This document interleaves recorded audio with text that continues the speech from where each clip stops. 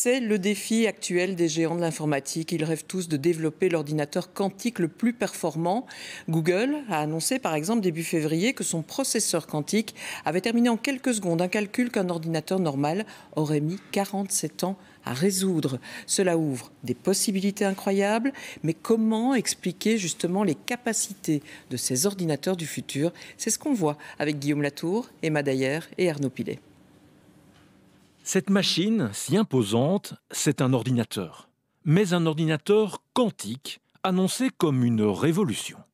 C'est un ordinateur qui exploite les propriétés quantiques de la matière, donc dans l'infiniment petit. L'avantage, c'est que ça va donner des capacités de calcul à cet ordinateur qui sont bien au-delà de ce qu'on connaît aujourd'hui. Utiliser les propriétés quantiques d'une particule élémentaire infiniment petite, comme un atome, un électron, pour réaliser des calculs, c'est compliqué à comprendre pour notre cerveau. Alors, comment cela fonctionne-t-il ? Avec un ordinateur classique, la musique sur votre smartphone, les lettres de votre traitement de texte ou les vidéos sont codées par des combinaisons de 0 ou de 1. C'est une unité de base appelée un bit. Plus on en combine, plus la puissance de calcul est importante, mais dans un ordinateur quantique, le bit devient un qubit. Le qubit est par définition un bit quantique et il a la propriété exceptionnelle de pouvoir être 0, 1, mais aussi les deux. C'est ce qu'on appelle le principe de superposition.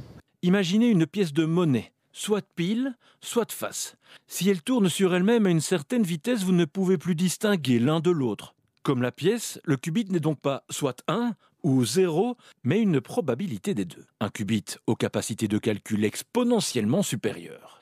Alors, l'ordinateur classique va toujours faire les opérations de manière séquentielle. Il va tester les opérations les unes après les autres. Un ordinateur quantique a la particularité, grâce à son principe de superposition, de tester toutes les solutions d'un coup. La particularité d'un ordinateur quantique, c'est de trouver une solution particulièrement à des problèmes qui sont insolvables aujourd'hui. Dans un labyrinthe, un homme trouvera la sortie après plusieurs essais et erreurs, comme un ordinateur classique. Son cousin quantique testera lui tous les chemins en une seule fois et gagnera donc beaucoup de temps. Il pourrait potentiellement proposer un médicament avec une molécule parfaitement adaptée à chaque patient, ou donner la solution au problème d'embouteillage de Bruxelles, mais aussi, et ça c'est plus inquiétant, craquer tous les mots de passe qui protègent nos données, bancaires ou personnelles.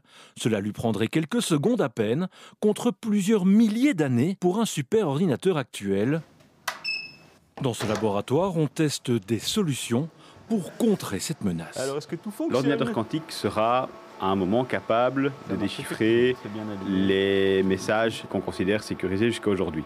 Et donc, on travaille sur des solutions différentes pour pouvoir contrer cette puissance de feu des ordinateurs quantiques. Ce démonstrateur quantique est une technologie qui permet de chiffrer des données et de les rendre inviolables, même pour un ordinateur quantique. Cette puissance de calcul va nous tomber dessus.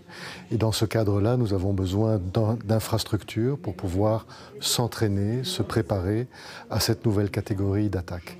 Alors ces attaques n'existent pas encore en tant que telles aujourd'hui, c'est une avancée technologique. Donc on met en place des infrastructures comme celle-ci, qui est un Cyber Range, où en fait des équipes peuvent venir s'entraîner, se former. L'ordinateur quantique qui supplante tous les ordinateurs classiques n'existe pas encore. Plusieurs entreprises et pays, Chine et États-Unis en tête, en développent, mais la technologie est encore trop jeune et instable.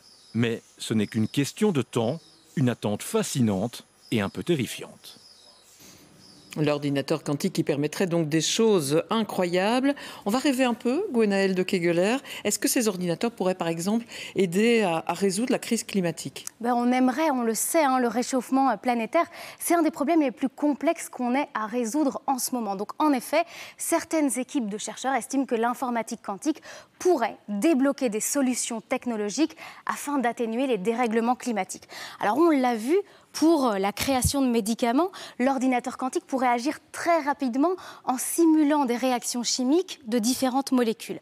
Dans le cas du climat et de l'environnement, ce sont ces mêmes simulations de réactions chimiques qui pourraient être intéressantes.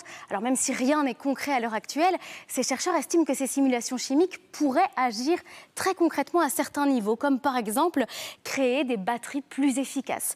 On pourrait aussi trouver de meilleurs matériaux pour les cellules solaires des panneaux ou pour les éoliennes.